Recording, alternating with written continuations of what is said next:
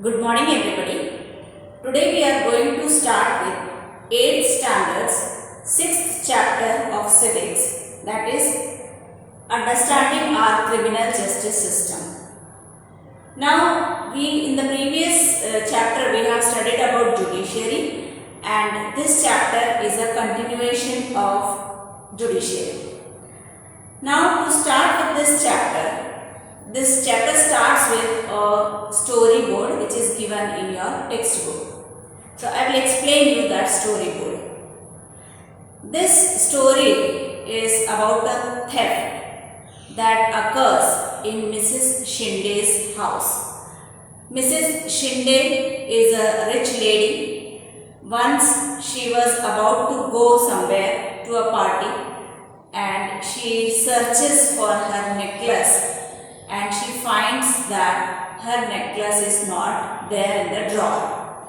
So she calls her husband and tells him that she is not finding her necklace.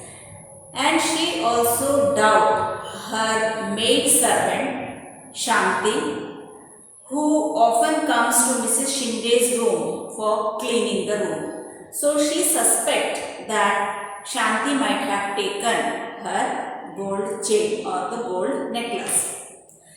She approaches Shanti. Shanti was working in the home.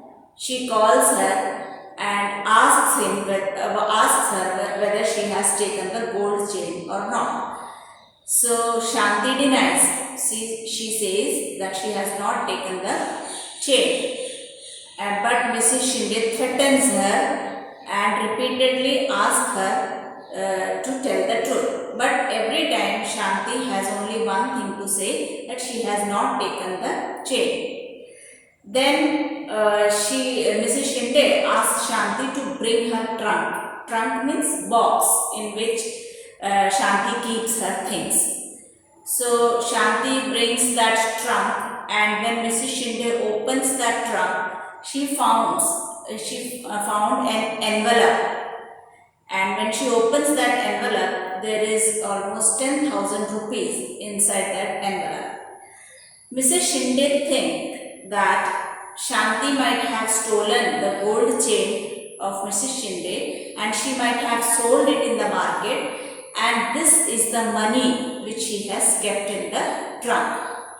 But Shanti continuously said that this is not the money from the gold chain. She said that she and her brother are every month saving some money so that they can buy a bull when they go back to their village, and this money, 10,000 rupees, is the money which they have collected for so many months.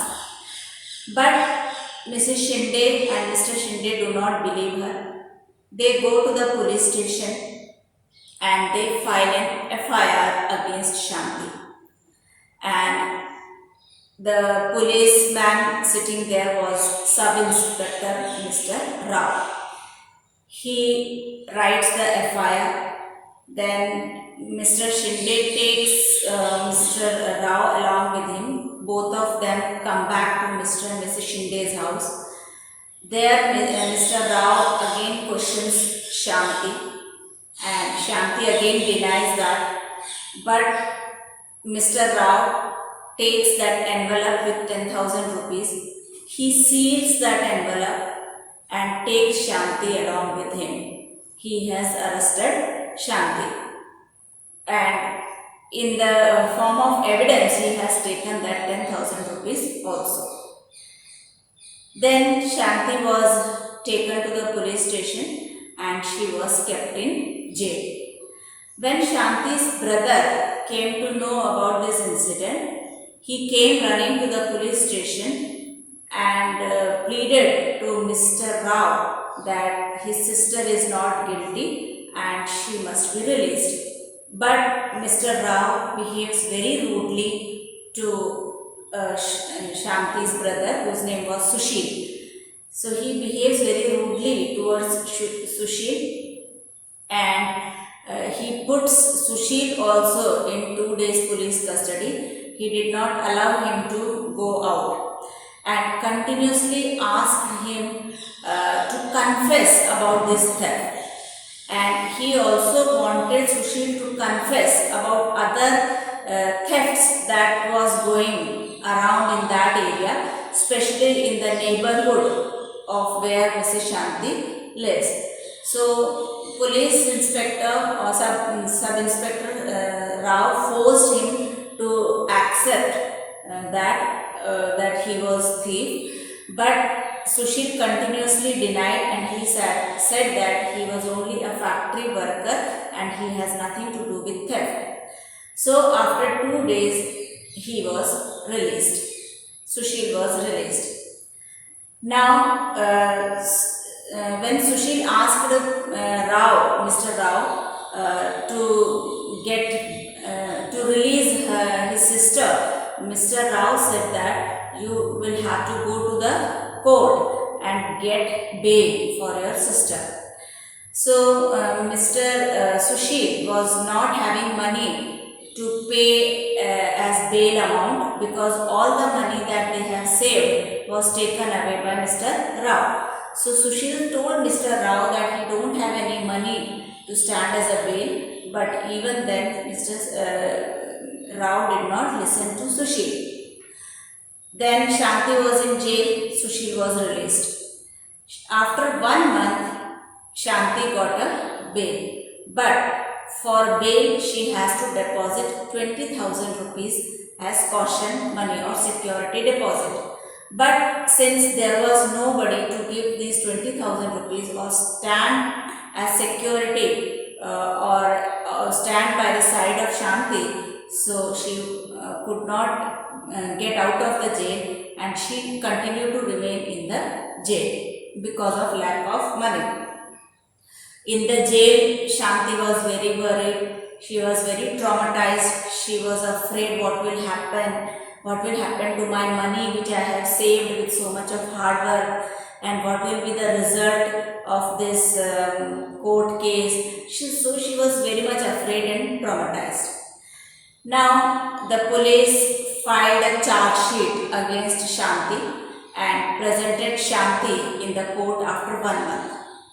So the trial occurred in the magistrate court, that means the lowest court, and there Shanti told the judge that she is not having any lawyer to defend herself.